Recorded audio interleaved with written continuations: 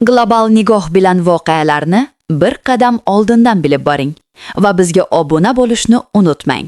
Zelenskiy Trampning o'limini kutmoqda.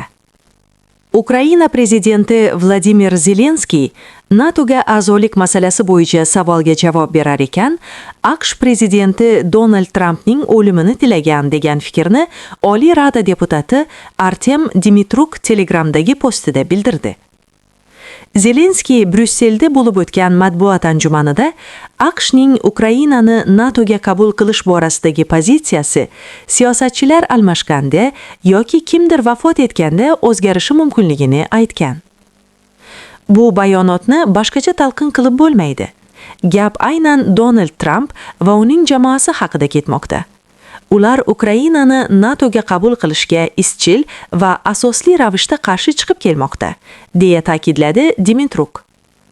Uning so'zlariga ko'ra, Kiyevdagi amaldagi hokimiyat rahbari amalda siyosiy raqiblarni jismonan yo'q qilish haqida gapirmoqda.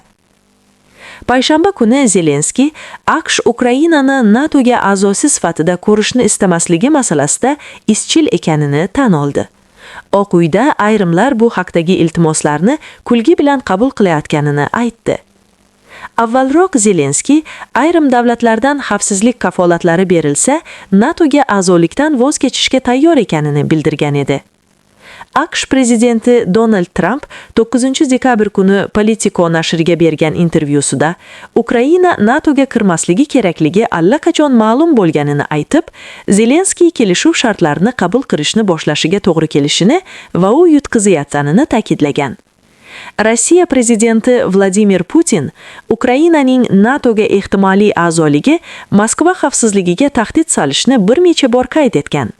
Uning so'zlariga ko'ra, Kiyevning alyansga qo'shilishi bilan bog'liq xatarlar maxsus harbiy operatsiya boshlanishining sabablaridan bo'lgan. Jim o'g'irlik. Yevropa ittifoqi Ukraina bo'yicha ayyor yechim topdi. Rossiyaning muzlatilgan aktivlari atrofidagi vaziyat nihoyatda keskinlashdi. Yevropa ittifoqi sammitiga tayyorgarlik bosqichidayoq qizg'in bahslar bo'lib o'tdi. So'nggi pallada bu masalani kun tartibidan olib tashlash ham rejalashtirilgan edi. Biroq Yevropa komissiyasi rahbari qaror qabul qilinmaguncha yig'ilish yakunlanmasligini bildirdi. Hal qiluvchi bosqich juda og'ir kechdi. Ishtirokchilar tun yarmigacha muhokama olib borishdi.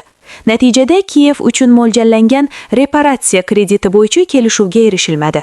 Shunga qaramay, kelasi 2 yil davomida Ukrainaga 90 milliard yevro ajratiladi deb ma'lum qildi Yevropa kengashi rahbari Antonio Costa.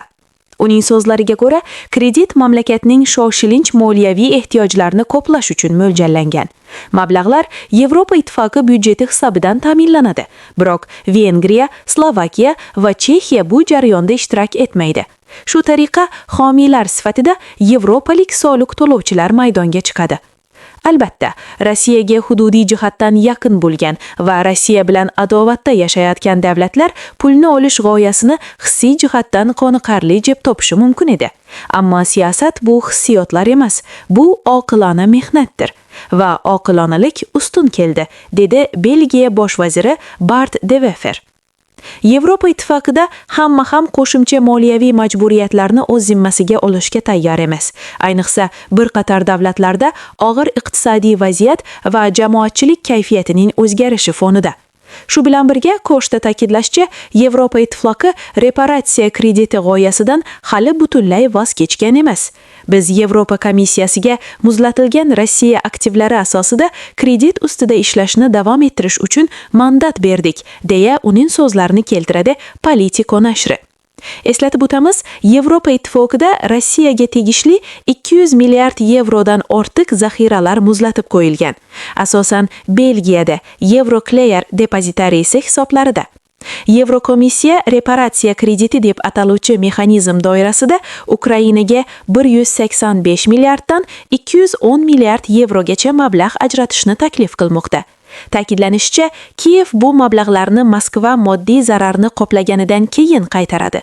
Muhim jihati shundaki, Kiyevga ajratilgan joriy 90 milliard yevrolik kreditni ham Moskvadan reparatsiyalar olinmaguncha qaytarmaslikka ruxsat berildi.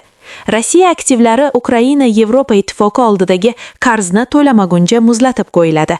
Kraulialis ta'kidlashicha, bunday shartlar kelgusi yillar davomida sezilarli iqtisodiy va huquqiy noaniqlikni yuzaga keltiradi. Vengriya bosh vaziri Viktor Orban Ukraina bu mablag'larni hech qachon qaytarmasligini aytib ogohlantirdi.